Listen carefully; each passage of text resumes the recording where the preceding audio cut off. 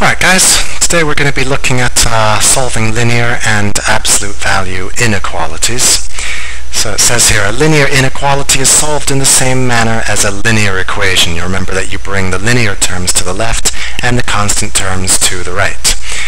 However, there's one big difference. If the inequality is multiplied or divided by a negative number in order to isolate the variable x, well then the inequality sign changes directions.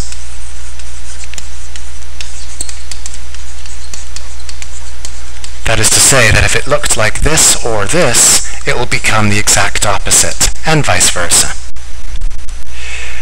Example A, let's solve this simple inequality. So just like before, we're going to move the terms that have got x's in them over to the left. So we've got negative 2x, and we'll bring the 4x to the left, it becomes a negative 4x. I'm not going to do anything different with the inequality sign at this time.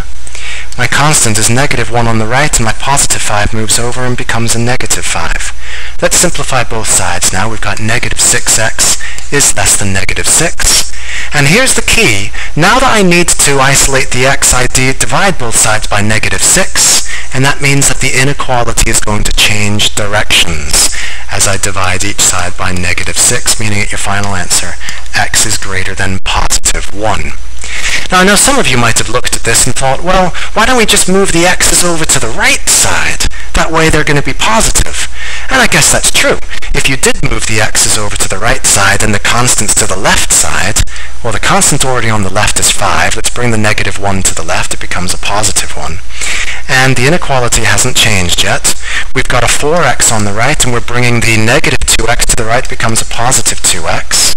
And so then we've got 6 is less than 6x. And now we don't have to divide by a negative number. And so if we divide both sides by 6, we simply get, well, it's the same thing, isn't it? We're saying that x is greater than 1 less than x. It means the same thing as what we originally had. You might argue it takes one less step. It doesn't really matter. Certainly there are going to be some times, though, where you will be multiplying or dividing by a negative number, and in those situations, you'll need to remember to change your inequality sign. Okay? Another way we can do this problem would be using the calculator. So let's go into y equals, and I'll enter my left-hand side of the equation as y1. So I've got negative 2x plus 5. And my right-hand side of the equation will be y2. That's 4x minus 1. And if I graph these two, I'm trying to find out, not where they're equal, that would be the intersection point. I'm trying to find out where is my first line, y1, where is it less than my second line, y2? Because I'm comparing the y1 and the y2 values, I'm trying to find out on this line, where are the y coordinates less than the y2 coordinates from this equation? That is to say, where is this line less than or lower on the graph than this line? Okay, we still have to find the intersection point in order to establish at what moment my first line is less than my second line. Alright, so let's do that. We'll say second trace and go down to option 5 for the intersect option.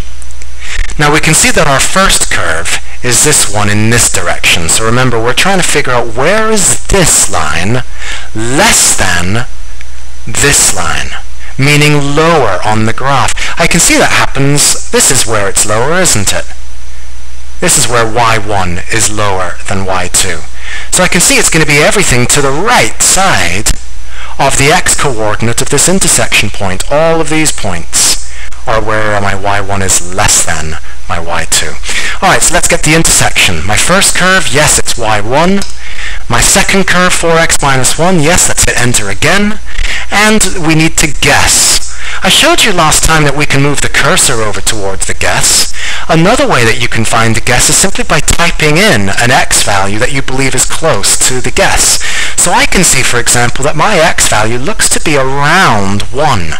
So let's type in x is 1. That's my guess. And it tells me, well, yes, in fact, that my intersection does occur when x is equal to 1.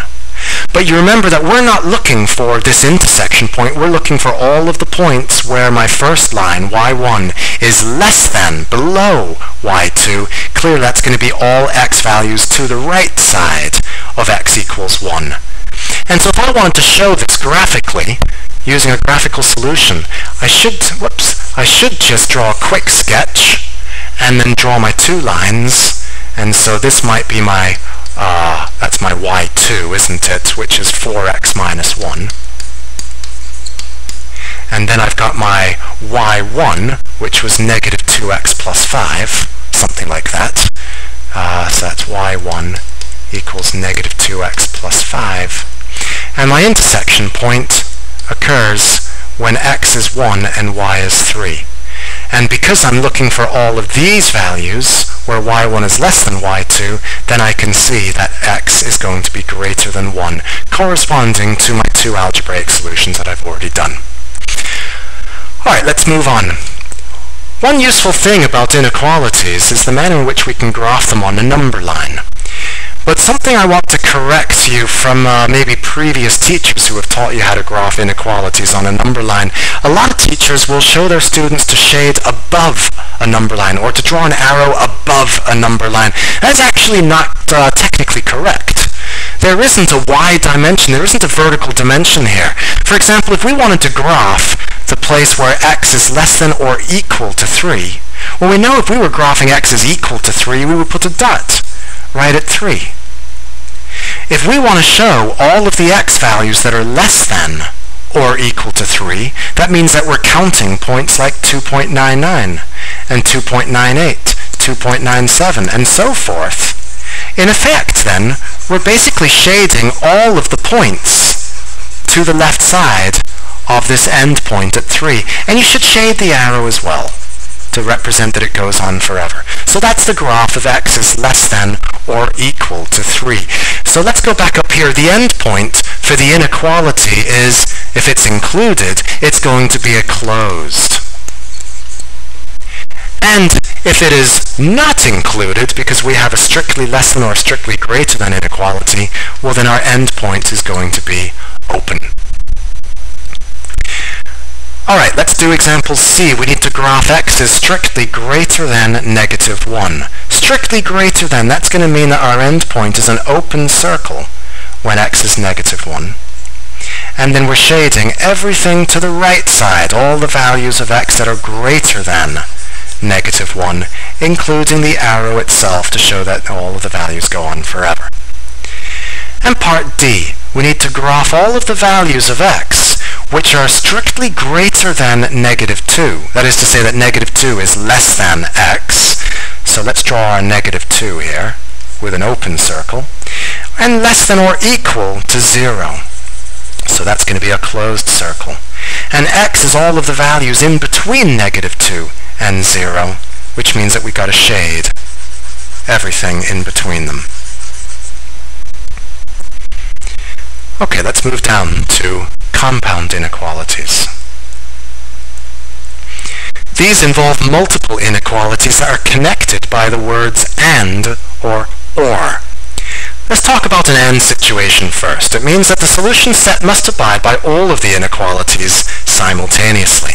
It must satisfy all of them, and is graphed on the number line as the, I call this the region of overlap. You'll see what I mean by this in a minute. But we're basically looking for the region where all the separate inequalities that you've graphed, the region where they are all overlapping one another, meaning that all of them are simultaneously true. On the other hand, an OR situation means that the solution set is inclusive of each of the inequalities, and it's graphed on the number line as, and I call this the sum of the regions. Okay? Alright, let's do the first one. We need to graph. This is an AND situation, which means that we're looking for the region of overlap, the solution set that satisfies both of these conditions simultaneously. So clearly, we're dealing with some endpoints about negative 4 and 1. Let me just graph those first. Negative 4 and positive 1. I'm not going to worry about putting anything else on the number line. I Okay, that's going to be sufficient for the solution to this question. Now, because it's an AND situation, I need to do an extra step. You'll see that an OR situation is actually a lot easier to solve. With an AND situation, because I'm looking for the region of overlap, I'm first going to graph my first inequality, x is less than or equal to 1. I'm going to graph this above the number line. And I know I said a moment ago, don't graph above the number line. This is just rough work. Alright, so I'm graphing above the number line. Everything less than or equal to 1. My other condition is that x is strictly greater than negative 4. So an open circle and greater than negative 4.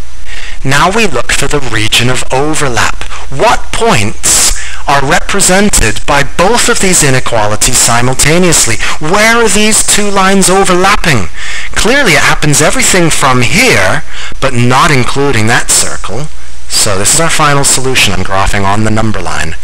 All the way up, they're overlapping all the way to here, including that point. And then everything in between is a region of overlap. And there we go. In fact, you might notice that this solution could be rewritten as negative 4 is less than or equal, oops, my bad, negative 4 is less than x, which is less than or equal to positive 1. In fact, this statement, this compound inequality, is the exact same as this compound inequality. And that shows us then that any time we see a compound inequality with multiple inequalities in the expression, we know that we can break it down into an AND situation. This is two different conditions. X is greater than negative 4, and at the same time, x is less than or equal to positive 1. Let's do part F.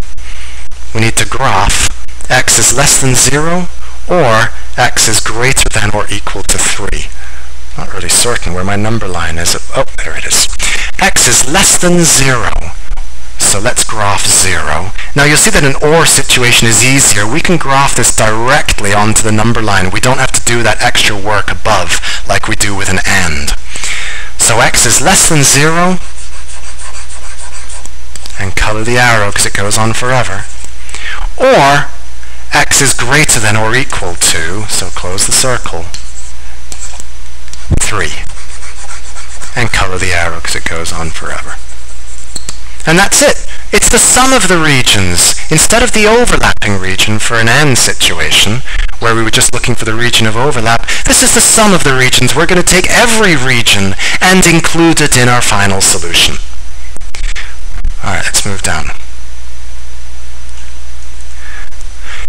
You'll remember this situation. If we're graphing everything from negative 2 up to positive 1, we could do this immediately, and I'll do this out to the side for a moment. We could do everything from negative 2 up to positive 1, and we know that x is everything in between them. And that's a really quick way of solving this kind of problem. Another way of solving it is to do what I did previously, and we could break this down into two different inequalities. X is greater than 2, and at the same time, x is less than or equal to negative 1. Oops, sorry, positive 1. So yeah, I think I got both of those backwards. X is greater than negative 2, and x is less than or equal to positive 1. So because I've broken it down into an AND situation, I want to find the region of overlap. And when I'm doing an AND situation, a region of overlap, I need to graph above the number line.